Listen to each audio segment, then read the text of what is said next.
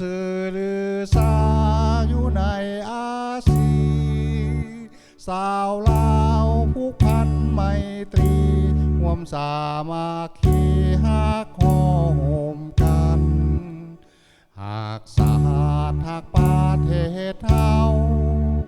หากเจ้าปกเกตเกษาโหมหักห่วมศาสนาแต่โบราณมาหักษาดินแดนบ่ให้สัตว์ใดมาล้วนหาวีรบกวนญาติแย่งสิ่งเอาไผคืนเขามาลุนวายสู่จนตัวตายตานทานศัตรูสวยเสดสู้เลือดเนื้อเสื้อเผาฟื้นฟูกูเอาบรรเทาทุกข์การ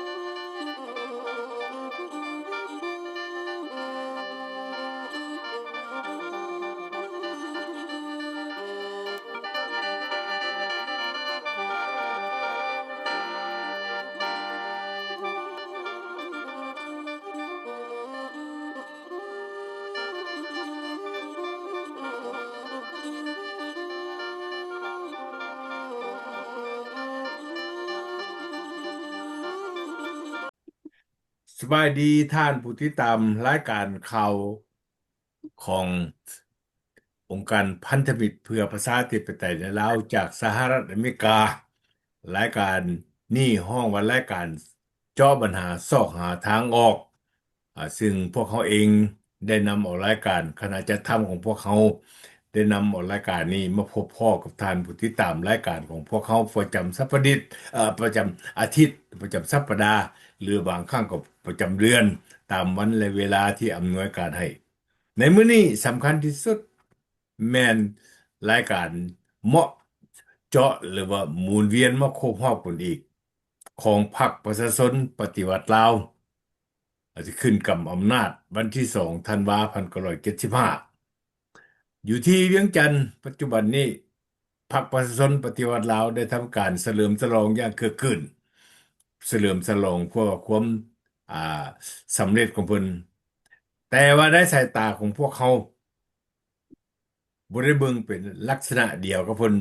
จุดและศูนย์มองของพวกเขาหั่นจะตีราคาเว้าแนวใดข้าพเจ้าพวกเขาคณะจัดทำของพวกเขาตามเคยซึ่งมีท่านไมโครแพงดีจากรัฐแคลิฟอร์เนียเมืองซานดิเอโกรัฐแคลิฟอร์เนียและท่านจันทรีมณีวันจากรัฐนอร์ทแคโรไลนามีโอกาสได้กลับขึ้นมาอีกแล้วพวกเขาจะมีความคิดความอ่านตีราคาได้ใด ก่อนเขาจะลงในเนื้อในข้าพเจ้าขอถือเป็นเกียรติและก็เสื้อเสือนเพื่อมารยาทของรายการพวกเขาให้คณะจัดทำของพวกเขาทั้งสองท่านถามสบายดีท่านผู้ที่ตามรายการของพวกเขาสักคนขอเชิญเด้อท่านไมโครโอเคเอากะก็เอื่นกับขอสบายดีทีมงานก็มีทานประธานวรังคำสุขท่านเจนซีมณีวัน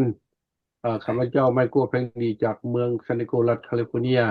แรงมื้อนี้เฮาก็สิมาเว้าเรื่องบรรยายเกี่ยวกับเรื่องวันชาติที่2ธันวาของสปปลาวคือแนวใดเนาะอ้าวก็เชิญท่านอย่างที่ถามสบายพ่อแม่พี่น้องลาวก่อนขอขอบใจก่อนอื่นกับขอทำสบายดีท่านวรคำสุขประธานพันธมิตรประชาธิปไตยในลาวจากสหรัฐอเมริกาสบายดีท่านไมโครเพียงดีรองประธานพันธมิตรประชาธิปไตยในลาว จากสหรัฐอเมริกาข้าพเจ้าจันทร์ศรีมณีวันอยู่รัฐนอร์ทแคโรไลนาสหรัฐอเมริกาขอถามสบายดีพ่อแม่พี่น้องลาวอยู่ภายในประเทศและอยู่ทั่วมุมโลกนี้ที่ติดตามรายการขององค์การพันธมิตรและองค์การร่วมลาวเพื่อสันติภาพและประชาธิปไตยพวกเขาก็ได้ข่าวดีๆแล้วก็มื้อนี้พวกเขาก็มีข่าวมีหยัง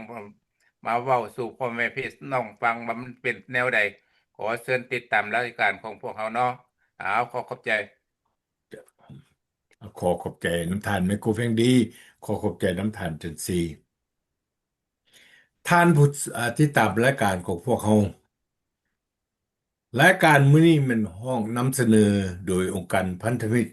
เพื่อประชาธิปไตยในลาวจากสหรัฐอเมริกาซึ่งเป็นหนึ่งในจำนวนสมาชิกและก็ภาคีโครงการจะตั้งใหญ่ห้องว่าองค์การร่วมลาวเพื่อสันติภาพและประชาธิปไตย เนื้อในที่เขาจะเว้าในมื้อนี้มันกงกันแล้วก็ครบรอบ50ปีของพรรคประชาชนปฏิวัติลาวได้ขึ้นกำอำนาจยึดอำนาจอยู่ในลาวได้50ปีแล้วย้ำอีกพรรคประชาชนปฏิวัติลาวได้ขึ้นปุ้นยึดอำนาจในลาวมาได้50ปีแล้วเพิ่นได้ประกาศอย่างแข่งขันฟดฟื้นว่าเพิ่นมีความสำเร็จ ต่อพ่อแม่พี่น้องประชาชนลาวที่อยู่ในประเทศและอยู่นอกประเทศ แต่ว่าสำหรับ คนลาวในลักษณะคนลาวที่มีความเป็นห่วงเป็นใยต่อประเทศชาติอนาคตของชาติพวกเขามีความคิดแนวใดมื้อนี้พวกเขาได้เข้ามาในรายการแต่ทีวีนี้ขอใช้ช่องทางทางมีเดียนี่ออกความคิดเห็นว่ามีความสำเร็จ หรือว่าพวกเขามีความคิดในใดแต่ในสายตาของข้าพเจ้าเอง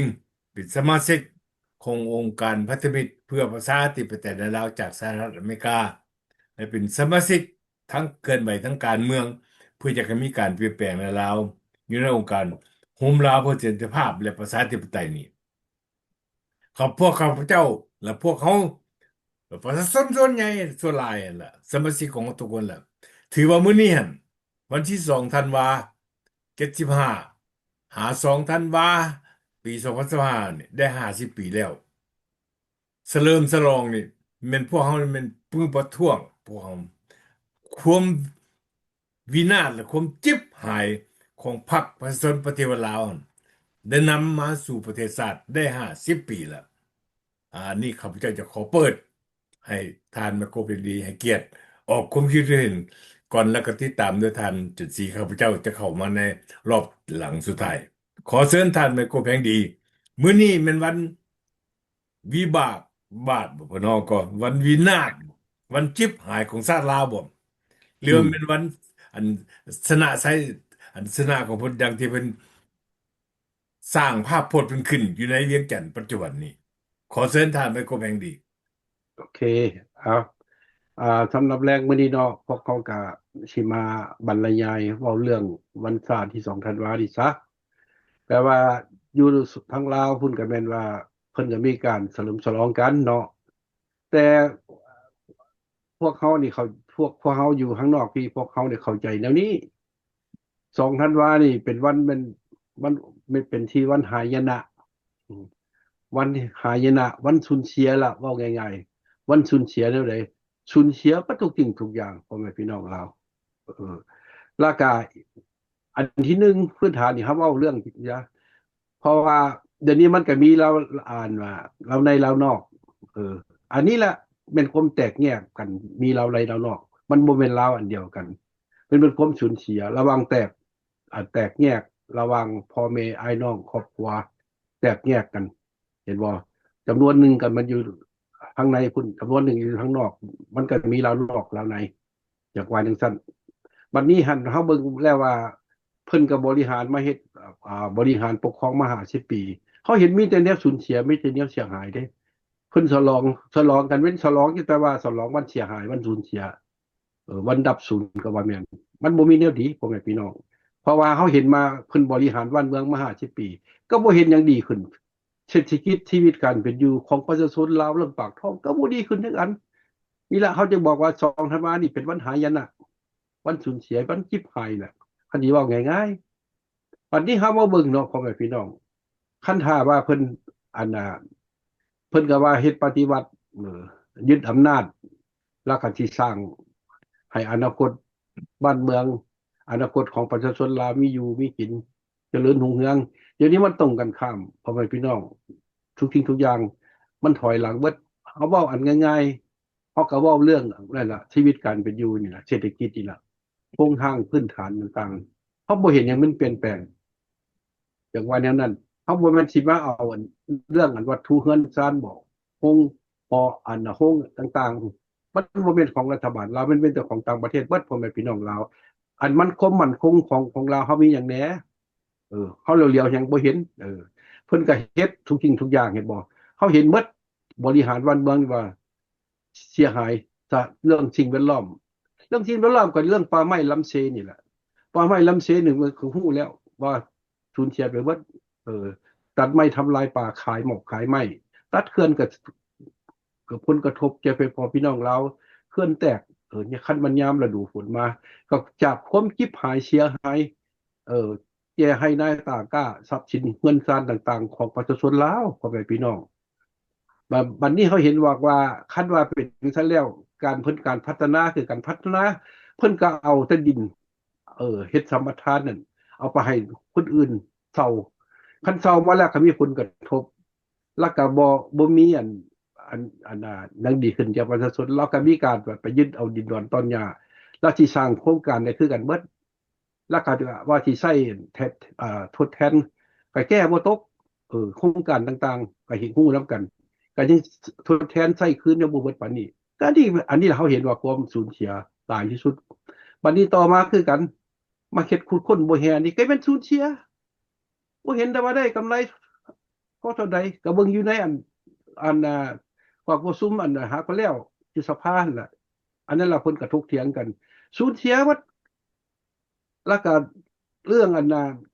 คนบ่เฮ็ดมาให้ทานต่างๆก็เป็นเอาไปใส่บ่แม่นว่าเอามาเฮ็ดผลิตอยู่ลาวเอาไปเฮ็ดอยู่บนอื่นพุ่นก็ผู้ได้ผลประโยชน์ก็เป็นบนต่างประเทศได้คือจีนแหละเป็นผลประโยชน์ได้หลายคนหมู่เบิดเฮามีแต่แนวสูญเสียอันนี้แหละข้าพเจ้าจึงว่าวันสูญเสียที่2ธันวากันย้อนที่2ธันวานี่แหละมันจึงคนเป็นแนวนี้พ่อแม่พี่น้องลาวบัดนี้เฮาเห็นว่าบ่เฮ็ดหยังดีขึ้นการพัฒนาเศรษฐกิจก็บ่ดีขึ้นแล้วก็ยังบ่พอตุนต่างสร้างหนี้นี่แหละหนี้สินนี่แหละพ่อแม่พี่น้องการหนี้สินนี่แหละอันนี้แหละหนี้สินคันว่าเป็นหนี้สินรัฐบาลเป็นหนี้สินมันก็มาแต่ต้องผลประโยชน์ของประชาชนลาวนี่แหละมาเก็บภาษีอากรต่างๆนี่แล้วกูดฮีดประชาชนไปเก็บน้อยเก็บใหญ่เข้าไปหมดแล้วอันนั้นแหละให้ก็ฮู้ค่าไฟฟ้าเพิ่นก็สิขึ้นมีตลอดเพราะว่ายังเอาเงินไปใช้หนี้เอาเงินไปถมหนี้นี่แหละพ่อแม่พี่น้องทุกสิ่งทุกอย่างแล้วเฮาเห็นบ่เห็นอย่างมันก้าวหน้ามีแต่แนวสูญเสียคันว่าสูญเสียที่เฮาสิอดทนได้บ่พ่อแม่พี่น้องอยู่ในอันนี้เอาลึกมันสิออกไปอย่างที่2ธันวานี่เฮ็ดมันยังฉลองมันที่ยังมันบ่ให้ผลประโยชน์แก่พ่อแม่พี่น้องลาวสิฉลองมันที่ยังอย่าว่าจังซั่นความเข้าใจของพระเจ้าวันนี้จังเพราะว่าที่2ธันวานี่เป็นวันอุบาทวันจิบหายวันสูญเสียในประวัติศาสตร์ของลาวพ่อแม่พี่น้องเขาสิไปส้มอันนั้นสรรเสริญชมเชยอันใดมันบ่ขึ้นคันว่าใน50ปีนี่เศรษฐกิจลาวดีอนาคตลาวดีขึ้นนี่พ่อแม่พี่น้องประชาชนดีขึ้นแล้วก็ประเทศชาตินี่คนออกจากประเทศด้อยพัฒนาเป็นประเทศพัฒนานี่เฮาบ่ว่าแล้วคนตั้งเห็นว่าคือผ่านมานี่แหละว่าสิเอาพัฒนาปีใดก็เลื่อนไปเลยเฮ็ดบ่ได้เห็นบ่เฮาสิไปเอาหยังสิมาเฉลิมฉลองให้มันนั่นที่หยังสรรเสริญนี่หยังที่2ธันวานี่ล่ะวันจิบหายวันสูญเสีย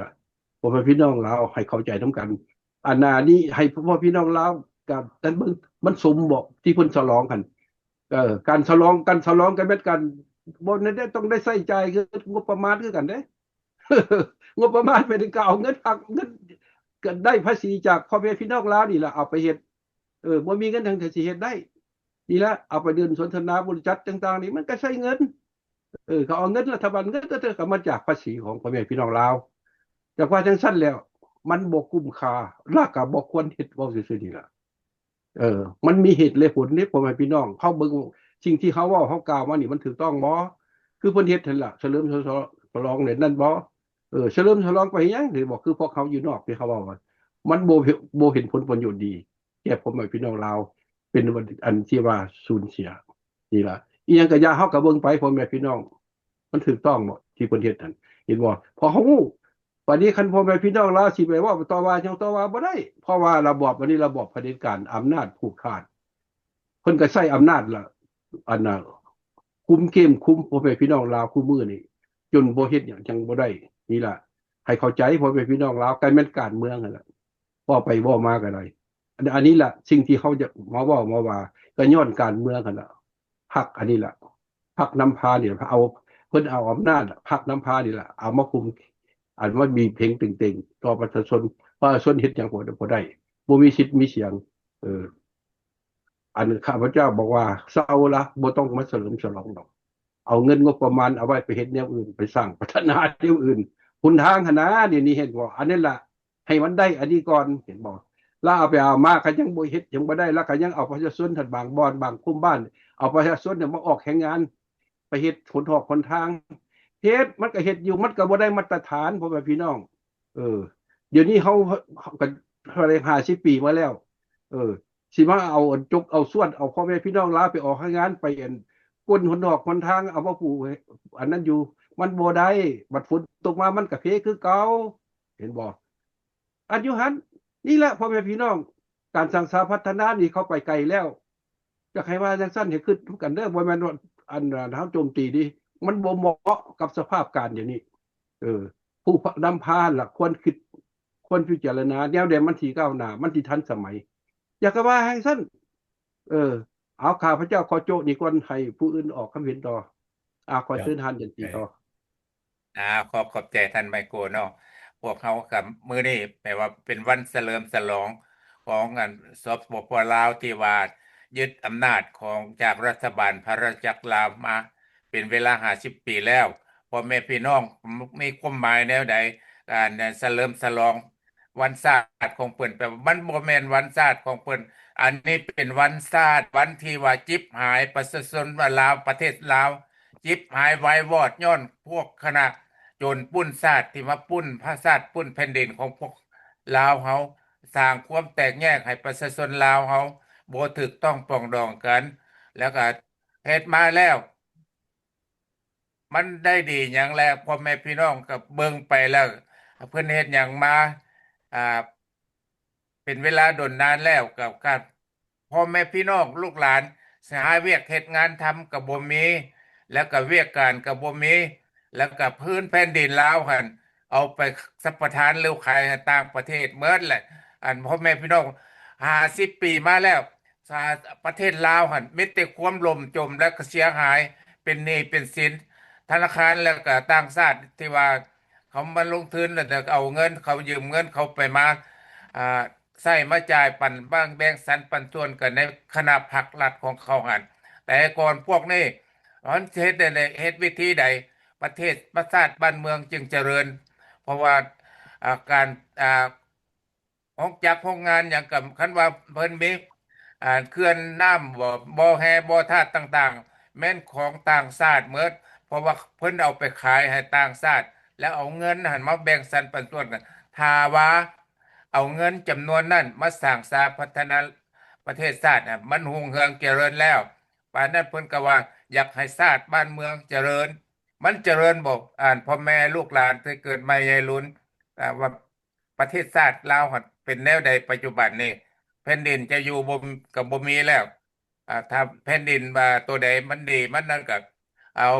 ยูให้ต่างชาติมาสัมปทานหรือว่ามาซื้อมานั่นน่ะถ้าว่าประชาชนท่านบ่ยอมขายยอมนั่นให้แต่เพิ่นก็ยึดเอาแล้วก็เอาพ่อแม่พี่น้องลาวที่ว่าเป็นเจ้าของไปทรมานก็มีมันก็เป็นจำนวนหลายแล้วที่ว่าพ่อแม่พี่น้องลาวห่วงห้ามของแผ่นพื้นแผ่นดินลาวหั่นพวกเขาอาจจะเฮ็ดแนวใดก็อยากให้พ่อแม่พี่น้องลาวครับเอามา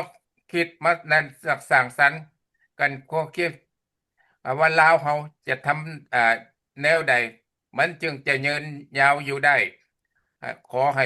ร่วมแรงร่วมจิตร่วมใจกัน ถ้าพวกเขาบ่ร่วมเฮ็ดแรงร่วมใจกัน ประเทศชาติเฮาก็เป็น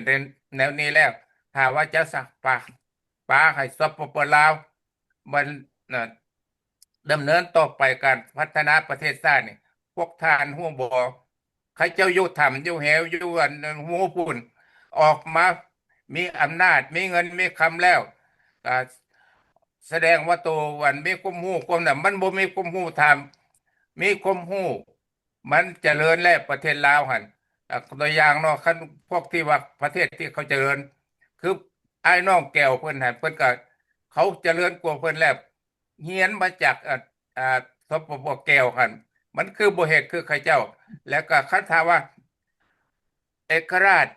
เนี่ยสิงคโปร์เขาเจ้ามีเอกราชมากับไล่เลี่ยกันกับลาวหั่นแต่ว่าถ้าว่าอ่าสิงคโปร์หั่นมันเป็นหยังเป็นประเทศที่หังมีกว่าหมู่ในเอเชียหั่นถ้าพวกท่านมาทวนเบิ่งว่าเขาเจ้าสร้างแนวใดควรคำนึงถึงว่าการสร้างสรรค์พัฒนาหรือประเทศที่เขาเจริญหั่นเขาเฮ็ดแนวใดบ่แม่นสิว่า ลูกๆหลานๆเข้าโรงเรียนเข้าหยังก็บ่ได้เข้าแล้วก็ถ้าเรียนมาแล้วจบหยังก็จบสูงปานใดก็ถ้าบ่แม่นลูกพรรคลูกหลานเพิ่นก็บ่มีเฮ็ดเวียกงานทำ ขอโทษอยากให้พ่อแม่พี่น้องนะ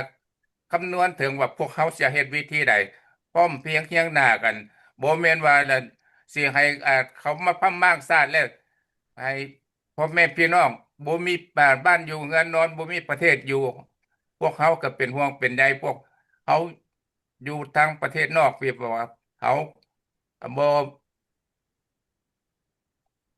ยากให้ว่านั่นประเทศชาติบ้านเมืองของเขาหั่นน่ะเจริญรุ่งเรืองอันนี้ก็อ่าขอขอขอบใจเท่านั้นล่ะสบาย เดี๋ยวขอขอบใจท่านจุนซีมณีวันแล้วก็ท่านไมโครแพงดีท่านผู้ที่ตามรายการเจาะปัญหาซอกหาทางออกนำเสนอโดยองค์การพันธมิตรเพื่อประชาธิปไตยในลาวจากสหรัฐอเมริกาในมื้อนี้ก็เป็นข้อความที่ว่าข้าพเจ้าจะอ่านหรือต่อไปนี้นำเสนอในลักษณะเป็นคำประท้วงขออ่านเป็นทางการ โดยเฉพาะเม่นจากองค์การพันธมิตรเพื่อประชาธิปไตยลาวจากสหรัฐอเมริกาข้าพเจ้าเองเป็นประธานขององค์การพันธมิตรคนปัจจุบันบริหารพร้อมเดียวกันนั้นพ่อเขาก็ยังเป็นภาคีขององค์การร่วมลาวเพื่อสันติภาพและประชาธิปไตยซึ่งเป็นองค์การใหญ่หนึ่งในองค์การหนึ่งสมาชิกภาคีขององค์การดังกล่าวซึ่งเป็นองค์การมีการเคลื่อนไหวทางการเมืองจะให้มีการเปลี่ยนแปลงในลาวให้มีการปกครองแบบหลายพรรคข้าพเจ้าเองก็ได้รับเกียรติและก็เป็นประธานขององค์การดังกล่าวในปัจจุบันนี้ ขอความต่อไปนี้เป็นความขอความเป็นทางการของการจัดตั้งใหญ่ของพวกเขาการร่วมของพวกเขาซึ่งมีสมาชิกส่วนใหญ่ก็เป็นอพยพจากประเทศบ้านเมืองของพวกเขาห้องว่าลาวนอกดังที่ท่านไมโครแพงดีได้อธิบายในตอนต้นของรายการว่าหลังจากพรรคประชาชนปฏิวัติลาวได้ขึ้นญี่ปุ่นยึดอำนาจแล้ว ผลเสียหายสำคัญที่สุดที่เห็นอยู่ประจักษ์ตาก็เป็นแบ่งลาวออกเป็นสองฝ่ายนี่แหละมันจุดเริ่มต้นของพวกเขาที่อยากจะมีความเห็นและก็มีความประท้วงอันที่ห้องว่า2,000 บาทในสายตาของพวกเขาเบิ่งกันเป็นลักษณะแนวใด2,000 บาท197552,000 บาทปี201550 ปีเต็มของการขึ้น ปุ้นยึดอำนาจทำลายมั่งเพสถาบันปกครองของชาติลาวซึ่งมีมาแต่โบราณกาลโดยพรรคประชาชนปฏิวัติลาวได้อ้างว่าเป็นการปลดปล่อยปลดแอกชาติออกจากระบบเก่าที่เน่าเหม็นเขาใช้คำขี่ตัวแล้วก็บิดเบือนตัวต้มประชาชนให้หลงเชื่อเพื่อสร้างภาพพจน์อันชอบธรรมขึ้นให้แก่เขาเอง เรียกร้องความสนับสนุนต้องการสร้างความเข้าใจผิดให้ประชาชนเพื่อการสนับได้การสนับสนุนให้พรรคประชาชนปฏิวัติลาวขึ้นยึดอำนาจตามแผนการอันชั่วร้ายของลัทธิคอมมิวนิสต์ที่พยายามจะแผ่อิทธิพลขยายกลืนกินโลกเริ่มในดินแดนลาวแต่1975เป็นต้นมาก่อนการขึ้นยึดอำนาจเขาได้ให้คำมั่นสัญญาว่าเขาจะนำเอาความยุติธรรมความเที่ยงธรรมความเจริญรุ่งเรืองวัฒนาถาวรมาสู่ประเทศชาติอันนี้เว่าเดินย่อๆที่พวกเขาจือจำได้เด้อ50 ปีที่ผ่านมามีหลายกว่านั้นอีกความมั่นสัญญาขีดตัวที่บ่มีความเป็นจริงที่เขานำมาเสนอคำที่เขาเว้ามานี่ว่าพัฒนาสร้างสาประเทศชาติให้มีความเจริญรุ่งเรืองให้เท่าเทียมกันกับประเทศศรีวิไลซ์ทั้งหลายท่านผู้ที่ตามรายการของพวกเขาพี่น้องประชาชนลาวในประเทศที่ฮักแพง50 ปีผ่านไปมีหยังเกิดขึ้นในสายตาของพวกเขานี่ คำประกาศสัญญาว่าเขาสิพรรคประชาชนปฏิวัติลาวก่อนเขาสิพัฒนาประเทศชาติให้เจริญรุ่งเรืองบ่มีหยังฮอดมื้อนี้ปัจจุบันนี้เกิดขึ้นตามคำมั่นสัญญาที่เขาเว้าอันนี้สำคัญที่สุดนี่แหละพวกเขามานั่งเว้าอยู่นี่อยากให้พี่น้องประชาชนลาวในประเทศและนอกประเทศนี่เข้าใจนำกันส่วนนอกประเทศนี่คือสิเข้าใจดีแล้วว่าลาวเป็นจังไดปัจจุบันนี้ก้าวหน้าทันโลกเขาบ่หรือถอยหลังตกไปเหยือกของความทุกข์จนความล้าหลังอันนี้นี่สำคัญที่สุดประเทศลาวปัจจุบันประชาชนลาวปัจจุบันนี้ก็ยังตกแช่อยู่ในความทุกข์ยากลำบากแสนสาหัสแสนสาหัสหนักหน่วงทุกๆวัน50 ปีพรรคประชาชนปฏิวัติลาวได้นำพาประเทศนี่ก้าวเดินเข้าสู่ความย่อยยับดับสูญจากโลกนี้ไป 50 ปีที่เขาสัญญาว่าเขาจะพัฒนาให้ประเทศก้าวหน้าแต่โกงกันข้ามเขาได้หัวมือขายประเทศให้ต่างประเทศนายทุนหน้าเลือดซึ่งมีมหาอำนาจคอมมิวนิสต์นั่นเองอยู่เบื้องหลังตลอดมาเขาป้าปล่อยเสื้อเซินเอาพวกดังกล่าวนี้เข้ามาสวยโอกาสอีกปุ้นยึดเอาทรัพย์ในดินสินน้ำดังที่ท่านไมโครเพ่งดีได้อธิบายไปบ่อแห่บ่อคำไม้ต่างๆถูกตัดหนีออกจากประเทศถูกปุ้นออกไปหมดแทนที่จะเอามาใช้ให้เป็นประโยชน์ในประเทศบ่มีหยังเกิดขึ้นเขาอ้างว่าเป็นผู้ลงทุนเข้ามาพัฒนาประเทศมันพัฒนาอยู่ไสที่แท้จริงมันเขาใช้สิทธิ์อำนาจเผด็จการของเขาเองอำนวยความสะดวกคืออำนวยความสะดวกเลยให้แก่นายทุนดังกล่าวนั้นเอารัดเอาเปรียบพี่น้องประชาชนลาวปล้นระดมทรัพย์ในดินสินน้ำของประเทศชาติไปนี่แหละเป็นสิ่งที่เขาเว้ามีอย่างความเจริญที่เขาเว้าในสายตาของพวกเขามันเป็นจังซั่นให้เข้าใจดีๆเด้อพี่น้องประชาชนลาวในประเทศอันนี้มันความคิดของพวกความเห็นของพวกเขาได้พวกเขาสมเทียบเอาประสบการณ์ต่างๆที่เกิดขึ้นปรากฏขึ้นการขึ้นอยู่ในดินแดนลาวนี่ปัจจุบันนี้ตั้งแต่1975จนมาฮอดปี2025นี่50 ปีแล้วอันนี้นี่สำคัญที่สุดพรรคประชาชนปฏิวัติลาวพร้อมคณะบริหารของเขาเอง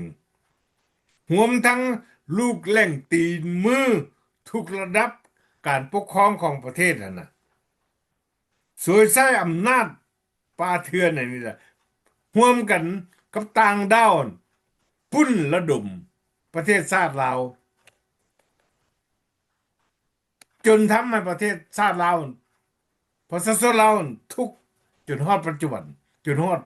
1900บนตั้งแต่1975 5 ปี2025 50 ปี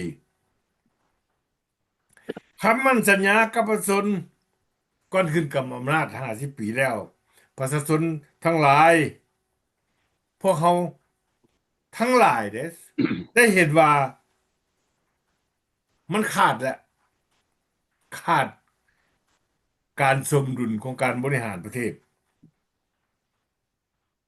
เกิดจากอย่างเกิดจากพรรคประชาชนปฏิวัติลาวนะขาดความสามารถที่จะบริหารประเทศนำพาไปให้ตลอดและเจริญรุ่งเรืองดังที่เขาบอกอันนี้เป็นสายตาของพวกเขาเบิ่งสั้นบ่แม่นพวกเขาตั้งหน้าตั้งตาเว้าให้พวกทานบ่แม่นอันนี้เป็นความจริงทานปฏิเสธได้บ่พี่น้องประชาชนลาวในประเทศมานั่งนํกันเบิ่งนํกัน ดังที่เป็นข่าว YouTube ที่พวกทานลูกหลานที่เฮ็ดออกมาส่งออกดังทั่วโลกเบิดเดี๋ยวนี้ฟดฟื้นไปหมด อืม พวกท่านสิปกปิดได้ใดบ่แม่นในสมัยทัพที่พวกท่านลี่อยู่ใต้ไฟก็บ่ได้หั่นนะอย่าลูกแตกตกใส่หัวก่อนก็บ่แม่นแล้วโลกสมัยใหม่เปิดกว้างหมดของจังข้าพเจ้าเว้านี่พวกเขาเว้านี่มันนำเอาความจริงเด้กันกรองจากความจริง แต่คนในประเทศที่ว่าคนในประเทศลูกหลานในประเทศนั้นส่งออกมาประชาชนลาวส่วนใหญ่ในประเทศนั้นส่งออกมาผู้ที่มีปัจจัยที่มีความสามารถส่งออกมาได้ อย่าเข้าใจผิดว่าพวกเขานี่ใส่ให้ขอโทษป้ายสีพวกทานบ่แม่นพวกเขาออกเก็บกำเอาข้อมูลที่เกิดขึ้นไปได้บ่เป็นพวกเขาหาเรื่องสายตาแจ้ง วิญญาณแจ้งปัจจุบันนี้โลกสมัยใหม่สุกสิ่งทุกอย่างเกิดขึ้นในเมืองลาวเพียงแต่15 นาทีเท่านั้นอย่างซ่าพวกลาวนอกประเทศนี่รู้จักหมดเข้าใจหมดความรู้สึกของการกดขี่ข่มเหงของพวกท่านน่ะต่อ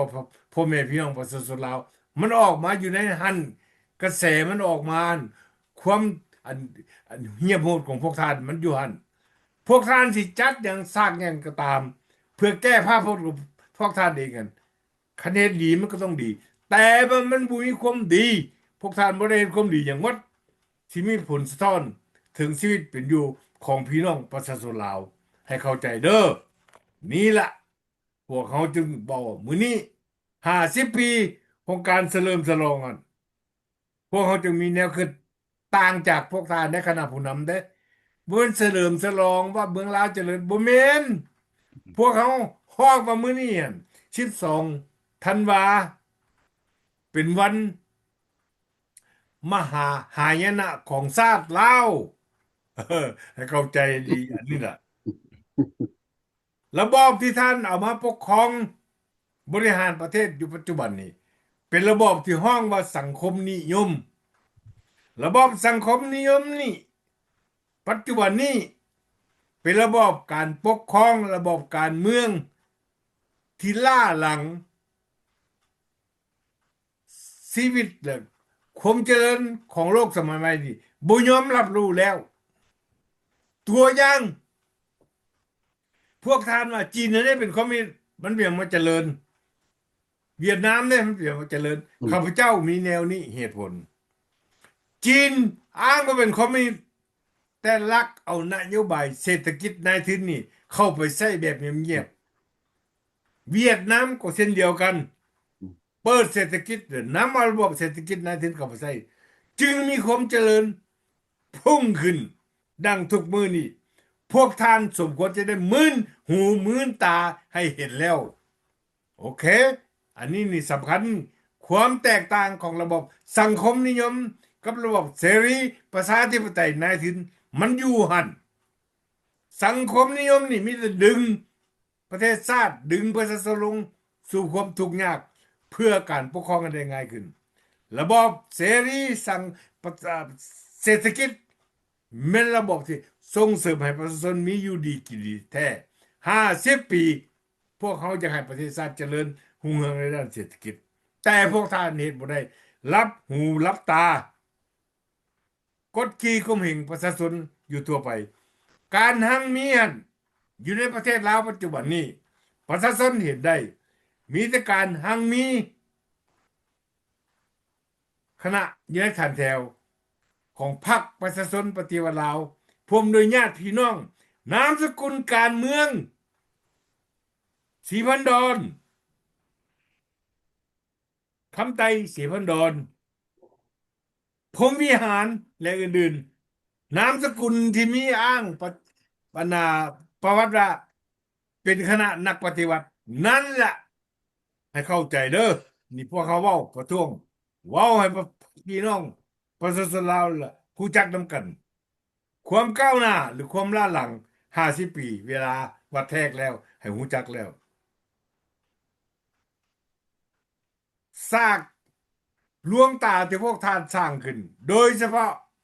เป็นการเดินขบวนเฉลิมฉลองเอาทหารเป็นจำนวนพันมายางหั่นน่ะให้เข้าใจเด้อมื้อนี้พวกเขาจะเว้าจังซี่ทหารจำนวนเป็นพันๆที่มายางสวนสนามเพื่อแสดงถึงสัญญานุภาพความเข้มแข็งทางทหารของพวกท่านนั่นน่ะคันพวกผู้นำคณะพวกท่านมีความจริงใจและก็แน่นอนแท้ปล่อยนักข่าวให้ไปสัมภาษณ์เบิ่งดูทหารที่มาเดินสวนสนามมันน่ะปากภาษาลาวบ่หรือปากภาษาจีนหรือเวียดนามปล่อยเบิ่งให้นักข่าวอิสระเข้าไปปากภาษาลาวได้แท้บ่ข้าพเจ้าเหรอเบิ่งหลักฐานต่างๆแล้วหั่นมันบ่แม่นแล้วครึ่งสิเป็นปากภาษาลาวบ่ได้กองทัพกองพันทหารหญิงอันย่างเดินเตะขาอยู่หั่นข้าพเจ้าฮู้จักข้าพเจ้าเป็นทหารการเตะขาย่างนั่นบ่แม่นคนลาวดอกย่างกันน่ะ อันนี้ให้เข้าใจความก้าวหน้าในการปกครองทางการเมืองของพวกท่าน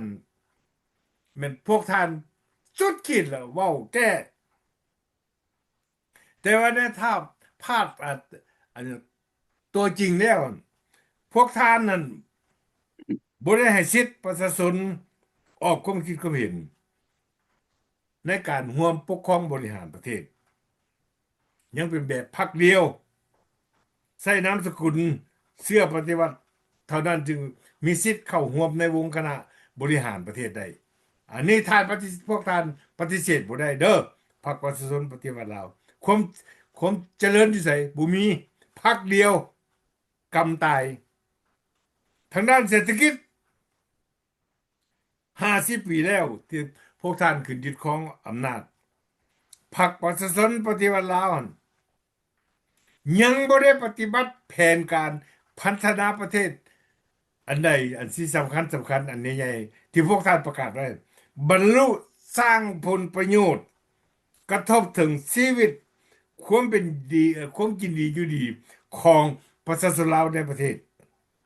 แต่สภาพการปรากฏที่เกิดขึ้นในปัจจุบันนี้ทางด้านเศรษฐกิจแม่นคณะกรรมอำนาจสูงสุดพร้อมด้วยคณะแล้วก็พรรคพวกกันอยู่ในประเทศกลายเป็นคนหังมีได้รับผลประโยชน์ร่ำรวยมีเงินฝากธนาคารต่างประเทศส่งลูกหลานมาเรียนต่างประเทศส่วนอยู่ในลาวสังคมแบ่งเป็น2สั้นสูงเป็นพวกท่านกับอำนาจสั้นต่ำก็แม่นประชาชนคนธรรมดาสั้นต่ำนั่นเองประเทศชาติปัจจุบันนี้น่ะในทางเศรษฐกิจเป็นหนี้เป็นสินจำนวนพันล้านก็แล้วสุดท้ายมาก็แม่นประชาชนลาวติดหนี้แต่ความหังมีเป็นพวกท่านแบ่งปันกันกินเองปาทิ่มประชาชนในทุกข์ยากนี่แหละเป็นภาพพจน์ตัวจริง50 ปีของการขึ้นยึดอำนาจของพวกท่านเอาเหตุผลหยังมาเว้าให้พวกลาวนอกเข้าใจหรือโลกนี่ว่าพวกท่านนั้นเจริญแล้วบ่มีเหตุผลและก็บ่มีหลักฐานใด4-2ทางให้เข้าใจได้นี่สำคัญข้าพเจ้ากลับขึ้นมาข้าพเจ้าได้ลืมผู้ที่ตามเดิมข่าวมายังพี่น้องประชาชนลาวในประเทศกำลังทหารที่มันเอามาย่างอยู่น่ะ แม้นเป็นการแสดงกำลังนาบคูพี่น้องประชาชนลาวถ้าผู้ใดกล้าแข่งคอต่อต้านพรรครัฐพวกท่านจะได้ถูกปราบปรามเขาสิใช้กำลังดังกล่าวนั้นปราบปรามพี่น้องประชาชนลาวในประเทศพวกเขานั่งอยู่ต่างประเทศนี่นะนั่งอยู่นี่ท่านจันทรีท่านไม่ก็เพ่งดีปราบปรามพวกเขาบ่ได้ดอกเท่านั้นให้เข้าใจเด้ออันนั้นแม่นลัทธิและก็สันดานเผด็จการพรรคประชาชนปฏิวัติลาวเขาปฏิบัติตามหลักการของคอมมิวนิสต์มื้อนี้อยากให้เข้าใจสุดท้ายนี้ข้าพเจ้าก็ออกมาโดนแล้วการประท้วงของพวกเขามันอ้างอิงตามเหตุผลที่ข้าพเจ้าเล่ามานี่เราวันนี้มีแต่เพียงแต่ว่าน้ำตื้นๆนั่นยังบ่ได้เว้าเลิกพรรคประชาชนปฏิวัติลาวนี่ได้ทำลายประเทศชาติสร้างความเสียหายอย่างมหาศาลพวกเขาจึงฮ้องเลยว่ามื้อนี้มื้อวันฉลองที่พวกท่านเว้านี่พวกเขาเอิ้นว่าเป็นวันมหาอุบาทเป็นวันทำลายชาติให้สิ้นสุดไปข้าพเจ้าฝากคณะการจะตั้งของพวกเขาองค์การพันธมิตรเพื่อประชาธิปไตยลาวจากสหรัฐอเมริกาพร้อมด้วยองค์การร่วมลาวเพื่อสันติภาพและประชาธิปไตยจึงขอประกาศนี้ให้โลกรู้จักและก็รับรู้นำกันลาวในประเทศนอกประเทศและคนพี่น้องประชาชนโดยสากลทั่วไปให้รู้จักรับทราบนำกันว่าพรรคประชาชนปฏิวัติลาวนี่เป็นพรรค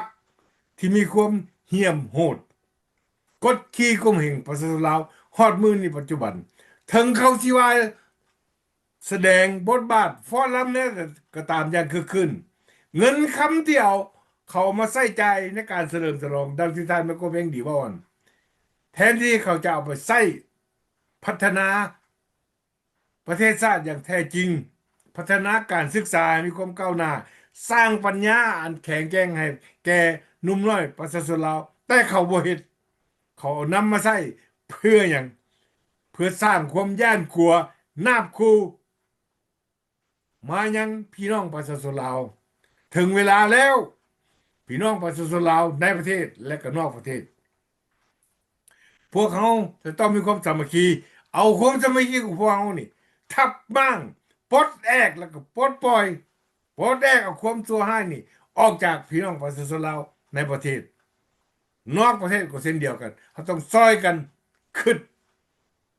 พี่หูสองน้องหูหนึ่งร่วมเป็นพลังกันเดียวซอยพี่น้องลาวในประเทศปลดปล่อยเอาตัวเองเขาจะออกจากความทุกข์ยากการคุดขี้ตัวเองระบบอันอาธรรมนี่ก็มีแต่เพียงตัวขอขอบใจขอให้ประชาชนลาวจงเจริญขอให้ระบบเผด็จการพรรคประชาชนปฏิวัติลาวจงพินาศขอบใจท่านเป็นผู้เป็นดีขอเชิญเพิ่มเติม ขอเพิ่มหน่อยหนึงเนาะ อยากขอเพิ่มหน่อยหนึง อันนี่แหละพ่อแม่พี่น้องปัญหาต่างๆมันเกิดอยู่ที่สปปลาวคือสภาพอยู่ปัจจุบันนี้นั่นล่ะผลงานของ2ธันวาน่ะผลงานที่2ธันวาล่ะแล้วผลงานนั่นของคณะรัฐบาลนั่นน่ะที่เฮ็ดให้ปัญหาเศรษฐกิจฝืดเคืองคู่มือเดี๋ยวนี้บอกง่ายๆคือลูกหลานนั่นอันน่ะลาวเฮาน่ะไปทำงานอยู่ต่างประเทศไปประจนภัยอยู่ต่างประเทศ เออก็ผลสะท้อนของ2ธันวากับผลสะท้อนของผลงานของคณะกรรมการบริหารของสปปลาวหั้นอันน่ะเรื่องอันนั้นน่ะอันน่ะสังคมอันนั้นน่ะมียาบอกยาบ้าบ่สังคมมนุษย์บ่สแกมเมอร์ขึ้นบ่อันไซเบอร์บ่ขึ้นต่างๆพวกเฮ็ดผิดกฎหมายพวกศูนย์หลอกลวงต่างๆตะกี้แต่ก่อนมันสิมีประวัติศาสตร์ของเราอันนี้ก็ผลงานของ2ธันวาของพวกท่านนั่นแหละผลงานของพวกคณะรัฐบาลลาวนั่นแหละบริหารเอาปานนี้สิไปฉลองมันฉลองอีหยังเจ้ามีเงินเจ้าค้าขายเจ้าได้กำไรเจ้าจึงฉลองคันสิเว้าเราคือบริษัทหนึงปีใหม่บอกเขากินเลี้ยงนี่เขาได้กำไรเขาได้กำไรใครเขาก็กินเลี้ยงหลายอันนี้นี่เขายังเป็นหนี้เขาอยู่เด้เขายังทุกข์ยากอยู่บัดนั้นอย่างที่ว่าเฉลิมฉลองให้เกียรติ2ธันวานี่ข้าพเจ้าว่ามันตรงกันข้ามมันบ่ถูกมันบ่สมเหตุสมผลอันนี้ล่ะเฮาจึงว่า2ธันวานี่เป็นวันสูญเสียวันหายนะ ขึ้นเบิ่งแม่อันนี้ก็สิเบิดแล้วป่าไม้ลำเสก็สิเบิดแล้วเด้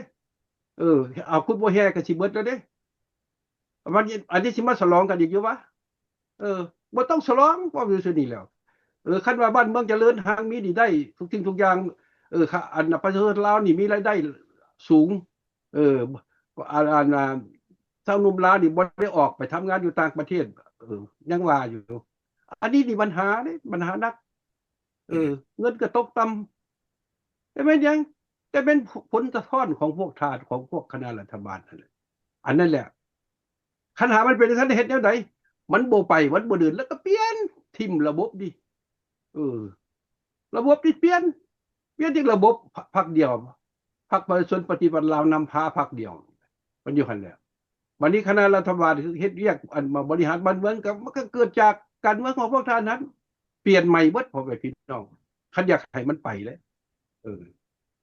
อยู่หั่นมันเป็นน้ำคนเฮ็ดคนเฮ็ดแล้วมันก็นำกันกับอันนั่นล่ะกับการเมืองของท่านนั่นน่ะการเมืองว่าง่ายๆการเมืองอะไรมันอนาคตตัดสินชี้ขาดว่ามันจะดีหรือบ่ดีก็เป็นขึ้นอยู่การเมืองของพวกท่านการเรื่องเป็นอนาคตเป็นชีวิตของประชาชนอยู่ในประเทศนั้นของประชาชนลาวหั่นล่ะว่าง่ายๆนี่ล่ะเฮาสิเว้าเรื่องอันนั้นคอมเมนต์มาเว้าเรื่องอันผลตะทอนผลไร่ผลเสียของ2ธันวาพันจะเว้าแล้วมาสรุปแล้ว2ธันวาเป็นวันจิบหายไว้วอดมันสูญเสียมันหายนะสิไปซุ่มเซยมันที่หยังพ่อแม่พี่น้องเอาขอจบหันมาลัง อยากขอเพิ่มเติมอีกเนาะเรื่องการที่2,000 บาทเป็นพวกเขานี่คนลาวทั้งหลายนี่2,000 บาทเป็นวันมหาอุบาทวันมั่งชาติมั่งแผ่นดินนะครับให้จิบหายไว้วอดไปสร้างห้างคุณมีให้พักให้รัฐอันนี้มันก็เป็นมา50 ปีแล้วพ่อแม่พี่น้องจะคิดแนวใดแต่ว่าการปฏิวัติหรือว่าแม่นอย่างมาแล้วก็คนลาวเขานี่ถ้าว่าไม่ความสมานสามัคคีกัน มันก็เป็นการดี อันนี้เขามาสร้างความแตกแยกให้ประชาชนลาวกันแบ่งพรรคแบ่งพวก แบ่งเขตแบ่งแดนกันบ่ให้มีความสามัคคีกัน สร้างพัฒนาบ่ให้มีเพราะว่าระบอบของเขามันเป็นแนวนั้นเพราะว่าข้าพเจ้าก็เห็นสภาพการเวลาข้าพเจ้าอยู่ประเทศลาวเพราะว่าทุกคนอยู่ในเฮือนในศาลเดียวกันกับเอาเรื่องกันเอาประวัติกันทำผู้ใดทำบ่ดีเขาก็เอาเรื่องเอานั่นกันเพราะว่าพวกนี้มันบ่ให้สร้างความสมานสามัคคีกัน สร้างความแตกแยกเพราะว่าเฮ็ดวิธีใดสร้างความแตกแยกก็ย้อนว่าเขาอยากปกครองประเทศปกครองประชาชนน่ะมันได้สบายถ้าพวกทานบ่ปุ้มบ่ลุมกันมีผู้ใดก็เสื้อเตะผักแต่ลาดมันบ่มีเว้าไม่ว่ากันนั่นถ้าเว้าให้พักให้รัฐหน่อยหนึงก็บ่ได้อันนี้มันพ่อแม่พี่น้องถ้าพวกทานเป็นแนวนั้นแล้วประเทศชาติลาวนี่จะเป็นแนวใดมันก็มีแต่ศูนย์เสียสาบสูญไปทุกทุ่มทุกมื้อทุกวันนี่ทรัพยากรธรรมชาติภาคดินดอนต้นหญ้าก็สูญเสียไปหมดแล้วพ่อแม่พี่น้องแต่แตกบ้านแตกเมืองมานี่ก็มันเป็นจำนวนหลายแต่ว่าถ้าพวกทานบ่ปุ้มล้มกันพวกทานสิมาให้แต่พักแต่ลาดนั่นปกครองพวกทานนั่นพวกทานจะคิดแนวใดพวกทานบ่ฮักประเทศชาติบ้านเมืองประเทศชาติบ้านเมืองมันก็สิสูญหายไปซื่อๆถ้าอยากให้มีความสมานสามัคคีกันเฮ็ดวิธีใดเขาจึงจะมากสปปลาวหรือว่าพรรครัฐที่ว่าปกครองประเทศชาติมาวางอำนาจมาพวกทานคนลาวในประเทศหรือว่าทั่วมุมโลกในแล้วขอให้พวกทานสมานสามัคคีกันเฮ็ดวิธีใดเขาจะมากกว่าสปปลาวพรรคคอมมิวนิสต์พรรคเดียวใช้อำนาจอยู่ในประเทศลาวหั่นแต่พวกทานบ่เฮ็ดแล้วก็มันพวกทานจะบ่มีวิธีใดละเฮ็ดถ้าบ่ปุ้มล้มกันบ่มีเหือบ่มีกำลังอันใดจะเท่าแห่งพลังประชาชนเพราะว่าพวกทานเป็นเจ้าของประเทศพวกทานต้องรักษาพื้นแผ่นดินของลาวไว้ให้บ่แม่นสิให้พรรคในรัฐพวกนี้มันสร้างสู่ความเสียหายแล้วก็บังคับให้พ่อแม่พี่น้องลาวหั่นบ่ถูกต้องปรองดองกันขอให้พ่อแม่พี่น้อง ร่วมจิตร่วมใจกันเฮ็ดวิธีใดว่าพวกเขาจะมีบ้านเกิดเมืองนอนอยู่อุดมสมบูรณ์ทั้งมีความรู้ความสามารถคือประเทศบ้านใกล้เคียงหรือว่าประเทศที่เขาเจริญแล้วอั่นขอให้พ่อแม่พี่น้องจงมาร่วมมาร่วมกันสร้างสาพัฒนาหรือว่าโค่นล้มระบอบการปกครอง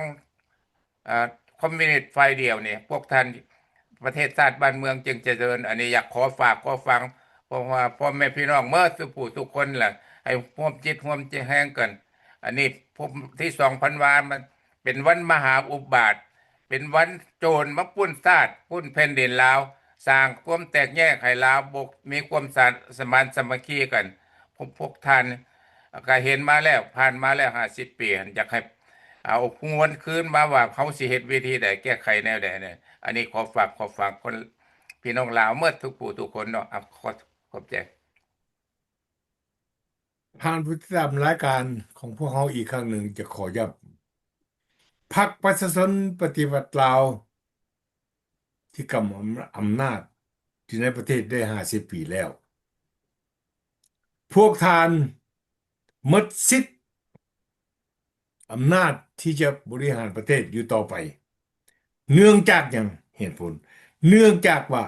คำมั่นสัญญาต่างๆที่พวกท่านยั่วเย้าตัวต้มประชาชนฮอดมื้อนี้ว่ายั่วเย้าประชาชนตัวต้มประชาชนหั่นพอพวกท่านบ่ปฏิบัติหลักบ่สามารถที่จะขึ้นได้ประชาชนยังทุกข์จนอยู่คือเก่ากลับคืนมาเด้อพี่น้องประชาชนลาวกายเวลาแล้วและถึงเวลาอีกสำหนาพวกท่านจะต้องต่อสู้มีความกล้าหาญลุกขึ้นในประเทศนอกประเทศก็เช่นเดียวกันสิทธิการปกครองประเทศบริหารประเทศนั้นแม่นพวกท่านมีสิทธิ์ได้อย่างถูกต้องตามกฎหมายของมนุษย์ของกฎบัตรสหประชาชาติท่านเป็นเจ้าของประเทศเช่นเดียวกันอย่าปะปล่อยให้พรรคประชาชนปฏิวัติลาวสวยโอกาสอ้างอำนาจว่าเขามีสิทธิ์บริหารประเทศชาติผู้เดียวเขาใส่พรรคเดียวนั่นละเป็นการชี้ตัวของเขาเพื่อกำอำนาจยึดอำนาจสวยโอกาสปุ้นชาติเพื่อความหังมีกระเป๋าเต็มกินอิ่มนุ่งอุ่นคือเพิ่นว่าหั่นส่วนประชาชนนั้นทุกข์ยากตามเคยจุดที่สองที่ข้าพเจ้าอยากยกขึ้นมาพรรคประชาชนปฏิวัติลาวพยายามวิ่งเต้นทุกสิ่งทุกอย่างก่อกวนสักส่วนเอาคนลาวนอกคืนเมื่อเยี่ยมยามประเทศเมื่อเบิ่งความเจริญรุ่งเรืองเพิ่นอ้างว่าจังซั่นเพิ่นส่งทีมของเพิ่นตั้งทีมของเพิ่นอยู่ประเทศที่3ในสหรัฐอเมริกาในฝรั่งเศสในแคนาดาในญี่ปุ่นหลายบนสร้างความแตกแยกในสังคมแอบอ้างว่าเมืองลาวเจริญแล้วเชิญพี่น้องลาวเสื้อสายลาวคนเสื้อสายลาวเมื่อเบิ่งตึกหอสูงใหญ่อยู่กรุงเวียงจันทน์บ่เคยมีมาแต่ก่อนก็แม่นแท้ล่ะวะเมืองลาวบ่เคยมีตึกใหญ่มาแติกี้เลยพรรคประชาชนปฏิวัติลาวนั่นเขาปุ้นยึดอำนาจแล้วว่ามาสร้างภาษาบ่แม่นแม่นตัวทานมันก็แพงดีตึกสั้นใหญ่ๆสูงๆนั่นน่ะคนลาวบ่เป็นเจ้าของมีแต่คนต่างด้าวคันพวกท่านยังเถียดว่าข้าพเจ้าเอาผิด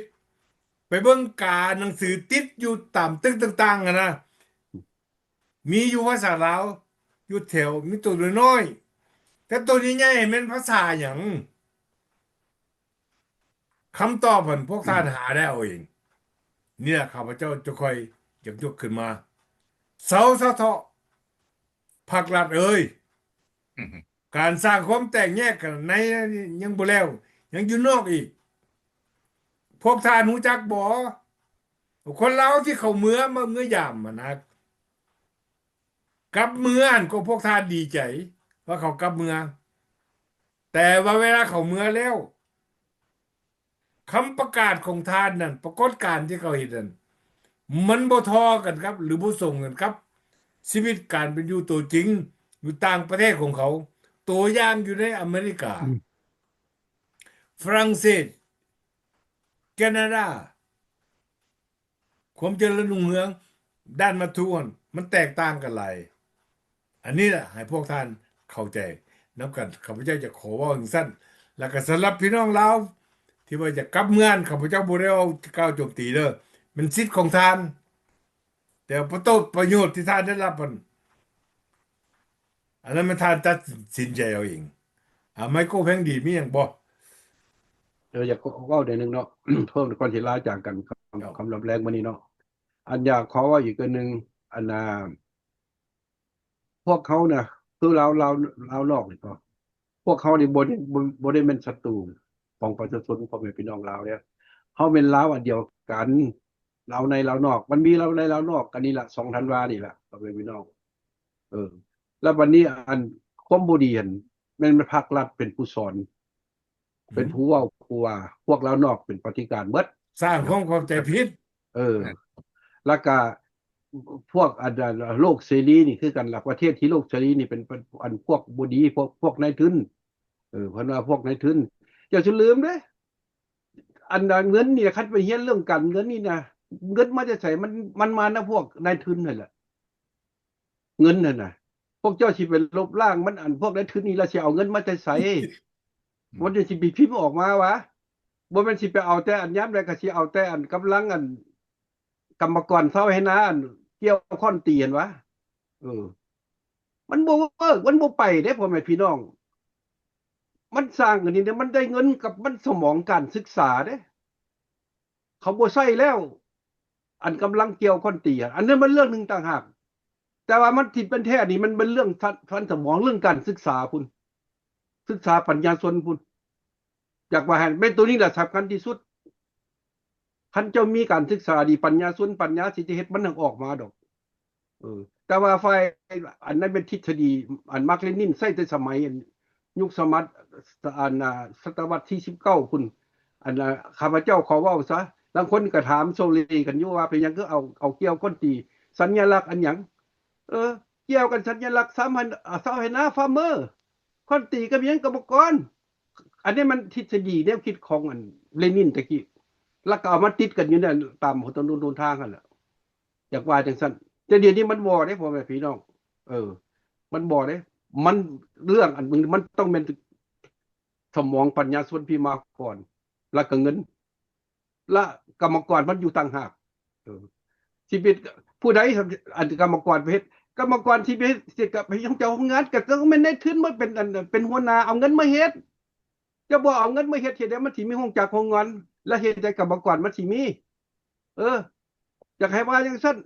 ชาวเฮนาคือกันคันสิเฮ็ดก่อเท่าขอนี่ก็ได้แต่กุ้มจริงแต่ว่าจะสิมาเฮ็ดเป็นอันนั้นใหญ่บริษัทใหญ่ๆที่แท้นี่มันก็ใช้ในทุนเงินคือเก่าหั่นน่ะเงินนั่นมาจากในทุนนั่นทฤษฎีอันนี้ไปปราบในทุนหนีแล้วมันก็เบิดเท่านั้นแหละเดี๋ยวนี้ห้องเขามาเบิดในทุนเต็มเห็นบ่คืออยู่จีนอยู่เวียดนามเพิ่นก็เห็นบ่เว้าแล้ว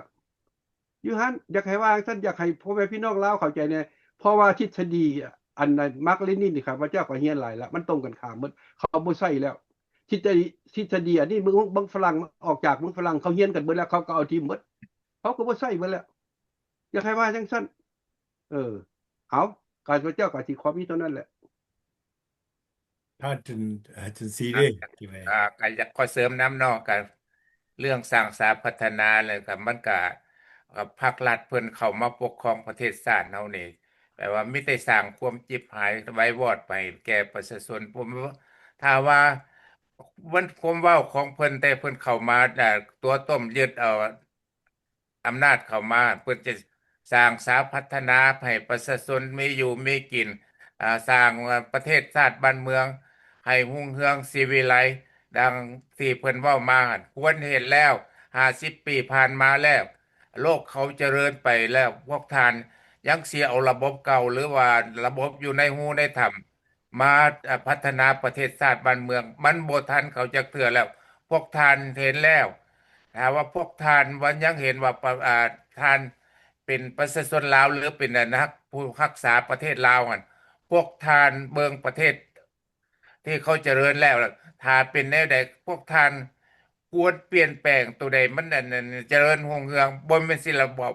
คอมมิวนิสต์ฝ่ายเดียวมาปกครองข่มเหงประชาชนพ่อแม่พี่น้องอยู่ภายในประเทศตนเองว่าไปสนับสนุนนายทุนต่างประเทศเข้ามาทำลายประเทศชาติตนเองอันนี้พวกท่านฮะพวกคณะประเทศลาวพวกท่านฮักประเทศลาวแท้บ่คือใส่ชื่อว่าคณะประเทศลาวถามว่าประเทศลาวถ้าพวกท่านฮักประเทศลาวแท้ๆประเทศลาวมันเจริญรุ่งเรืองแล้วพวกท่านควรเปลี่ยนแปลงแล้วก็ความเว้าของพวกท่านที่ตอนเข้ามาในประชาชนได้ครับผู้ได้เห็นพวกท่านเอามาควบคำนวณคืนว่ามันพวกท่านเว้ามันปฏิบัติมาหันมันถึกแล้วบ่ว่ามันพวกท่านจะมาตัวมาต้มเว้าอันใดกันครับเจ้าก็เคยเว้าว่าพวกนี้สิ่งใดที่มันเว้ามันก็บ่เฮ็ดสิ่งใดมันเฮ็ดแล้วมันบ่เว้าข้าพเจ้าจดจำไว้อยู่เพราะว่าอ่าเขาเจ้าเข้ามาเขาเจ้าก็บอกว่าเฮ็ดสิเฮ็ดแนวนั้นแนวนี้ให้ประชาชนมันบ่เห็นมีจักอันอันนี้พ่อแม่พี่น้องลูกหลานเกิดใหม่ใหญ่รุ่นให้เบิ่งว่าภาครัฐเฮ็ดนำประเทศชาติบ้านเมืองนั้นประชาชนลาวเป็นแนวใดอันนี้มันก็เป็นมาได้เป็นเวลาโดนนานแล้วพวกเขาก็คนลาวนี่ควรฮักแพงกันเท่านั้นแหละครับข้าพเจ้าขอให้สมานสามัคคีกันฮักประเทศชาติบ้านเมืองเฮาต่อไปเนาะเอาขอขอบใจอย่าเขาเจ้ามีคำเห็นหรือแนะนำลักษณะคำเตือนมายังพรรคประชาชนปฏิวัติลาวให้ฮู้จักให้มีเข้าใจว่าตราบใดที่พวกท่านยังดื้อดึงบ่ฟังความเรียกร้องต้องการของประชาชนลาวอยู่แล้วดังที่ท่านไม่กู้เพลงดีได้เว้าว่า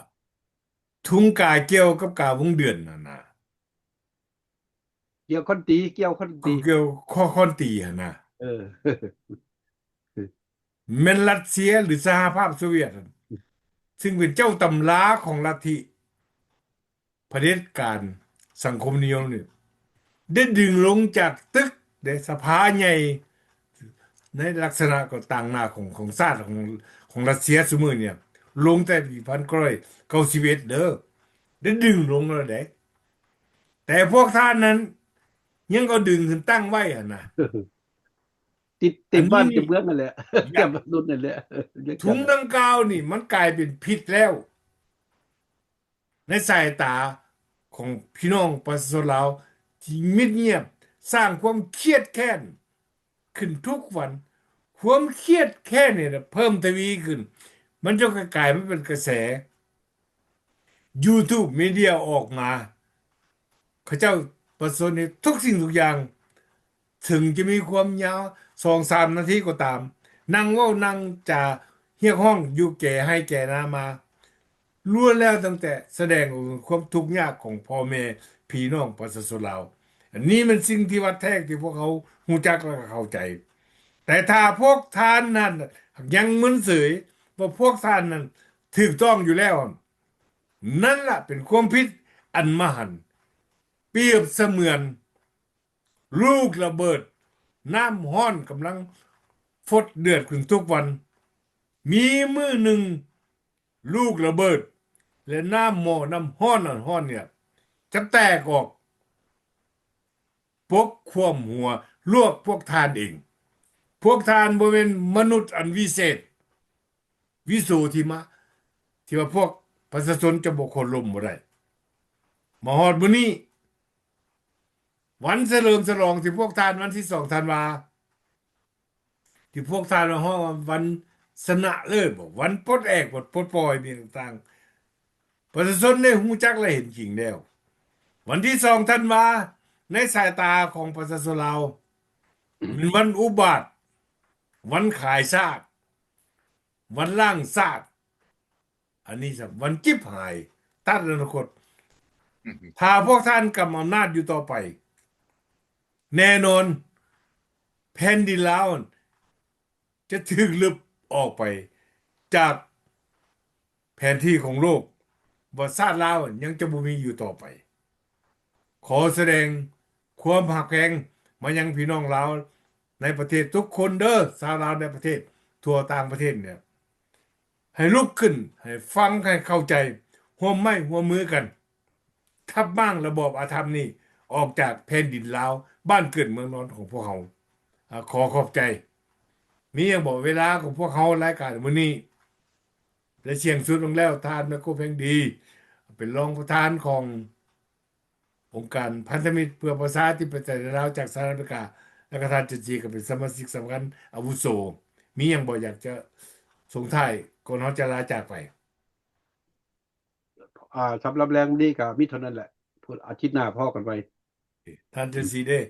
เอาครับหมดเวลาแล้วเราก็ควรจะสั่งพ่อแม่พี่น้องลาวให้ปฏิบัติตามที่พวกเขาเว้ามานี่ตัวใดที่มันดีมันนั่นก็เอาไปนำไปใช้เนาะเอาก็มีเท่านั้นแหละ เวลาของรายการเจาะปัญหาซอกหาทางออกนำเสนอโดยองค์การพันธมิตรเพื่อประชาธิปไตยลาวจากสหรัฐอเมริกาในมื้อนี้ได้เวลาหมดไปแล้ว พวกเขาทั้ง3คนคณะจะทำขอจากลาท่านผู้ชมทางบ้านไปก่อน โอกาสหน้าพ่อกันใหม่สบายดี เอ้ย สวัสดี สวัสดีครับ